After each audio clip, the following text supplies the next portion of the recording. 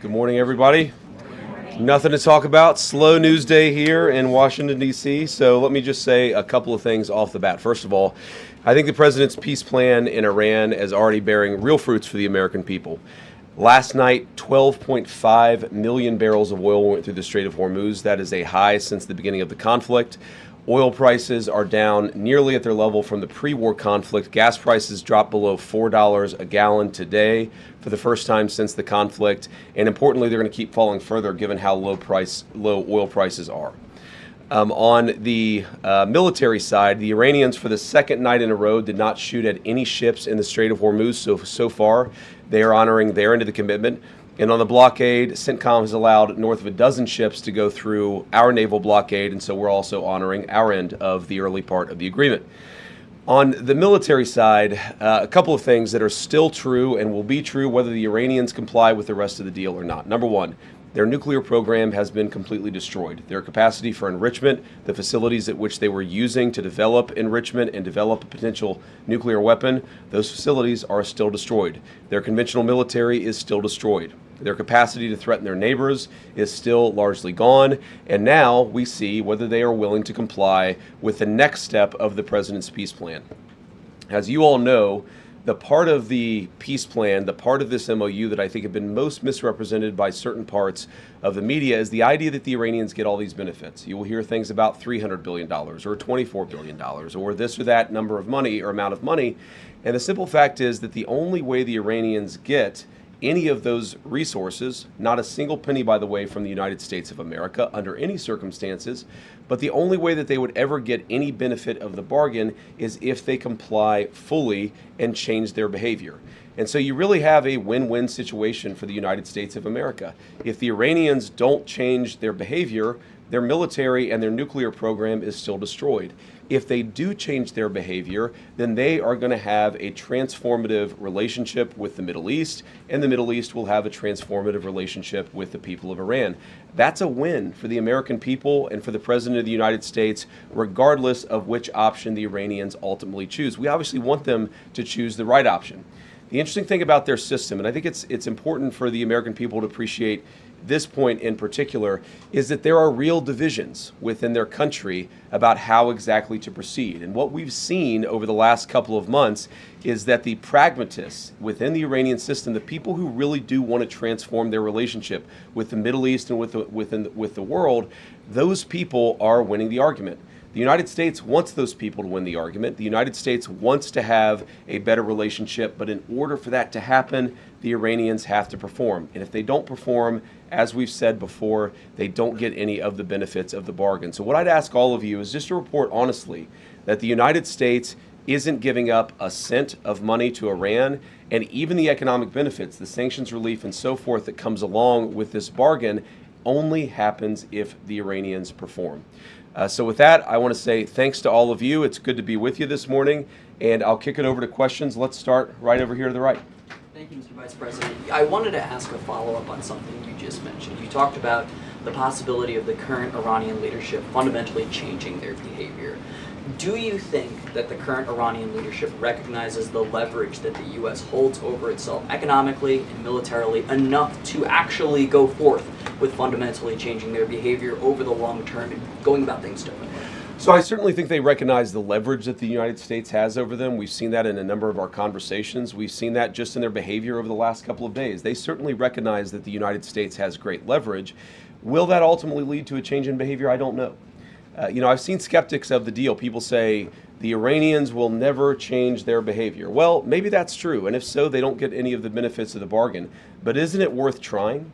Isn't it worth seeing whether this incredibly weakened position that the President of the United States has put the Iranians under, whether that motivates them to change their behavior, not just vis-a-vis the West, but vis-a-vis the Middle East? And one of the interesting things about this is, the technical details of this we can, of course, get into. There are going to be any number of opinions about the negotiation, about where it's ultimately going to go. But I tend to think that you should trust the people who know the Iranians the best and who have the most to lose. What are the Gulf Arab states saying about this deal? What are they saying about this deal compared to the JCPOA in 2015? This is the Obama nuclear deal. Well, back then, they hated that deal. They felt like it empowered the Iranians to be bad actors across the region, and of course that's exactly what happened. They were right about that. What are they saying about the president's peace deal? They're saying this is an amazingly transformative thing for the region because either way, we and the broader region win. Iran is weakened, their nuclear program destroyed, their economy in desperate straits, and if they change their behavior, big things are going to happen for Iran and for the world. If they don't, no skin off our backs. Either way, we win, and that's the way the president has set up this deal and this negotiation. Thank you, Mr. Vice Yep. President. Just a quick housekeeping question, which I think you answered in your topper, but did the 60-day period officially begin yesterday? I would say the 60-day period officially started today. It was signed late, and it may have even been signed technically, because of the time shift. I think it's signed technically today, Iran time. So yes, the deal started yesterday. We're going to start the 60-day clock today. Go ahead. Can you help us understand President Trump's shift on his stance for Iran's ballistic missile program? Initially, it was a key objective to dismantle it. Yesterday, he said it would only be fair if they had some, if the countries around Iran also had some. So when and why did that change? And will the final agreement have any restrictions on these missiles? So we destroyed a substantial number of their ballistic missiles and their ballistic missile launchers themselves. It's not just the bullets, but it's the actual gun. And that's what we were extremely effective at in destroying during the last 3 months of the campaign. All the president said yesterday is that, of course, countries don't give up the right of self-defense. Israel doesn't give up the right of self-defense if Hezbollah fires rockets or drones at Israel. The Iranians don't give up the right of self-defense in their country, but we do expect that as part of the final deal, they are not going to be able to build the kind of missiles that can broadly threaten the entire world. And that's what the President of the United States said yesterday. And look, I mean, it's very simple. You can't tell a country, whether Israel or Iran, they're not allowed to have any self-defense. That's not what the president has asked. That's not what the president has requested. But as part of the final deal, what we want to see is Iran not funding regional instability, funding regional terrorism, and of course trying to rebuild their nuclear weapons program. That's the main thing. The nuclear weapons program is destroyed. It is gone. If the Iranians decided tomorrow to build a nuclear weapon, they simply don't have the capacity in order to do that. What we're trying to ensure is they don't rebuild that capacity, not just a year from now, 2 years from now, but many, many years from now, so that our children never have to worry about a state sponsor of terrorism having a nuclear weapon. Thank you, Mr. Vice President. You were just saying that you're hoping this deal would prevent Iran in the future from getting a nuclear weapon. But from what's been put out there of the MOU, I'm curious, how does the MOU reflect that in the future Iran will not in fact get a nuclear weapon? What's stopping them from down the road, to your point, rebuilding and restarting from where we were pre the war? Well, number one, they would have to get a lot of money in order to rebuild a nuclear program. You're talking about billions and billions of nuclear infrastructure that the United States destroyed. In order for them to rebuild that program, they would have to get a lot of money. And we have them in an economic chokehold right now that we're not going to release until they fundamentally change their behavior. What would that look like? That would mean a real inspections regime. That would mean a real enforcement regime. As the MOU contemplates, that would mean the destruction of their enriched stockpile. All of these things are the sorts of steps you're going to take if you're serious about ending your nuclear weapons program. And that, again, is why I go back to this fundamental trade that's built into the deal. They need money to do anything. Their economy is in absolute dire straits. But in order for them to get any integration into the world economy, they're going to have to show us and verify for us that they are changing their behavior. And that's why the deal is set up in the way that it is. Go ahead.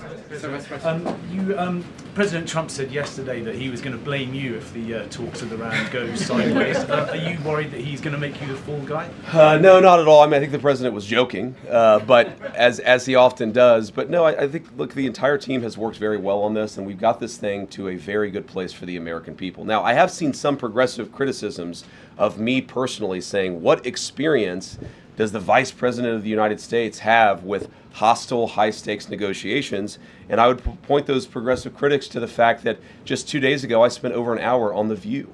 So I actually have great experience in very hostile negotiations, and I've used that. I mean, look, Joy Behar is way tougher than the Iranians, and she and I are best friends now. So we're going to get to a good place here. We're going to get to a good place. We're already at a good place. It's just a question of whether we can really get the icing on the top of fundamentally transforming Iran's relationship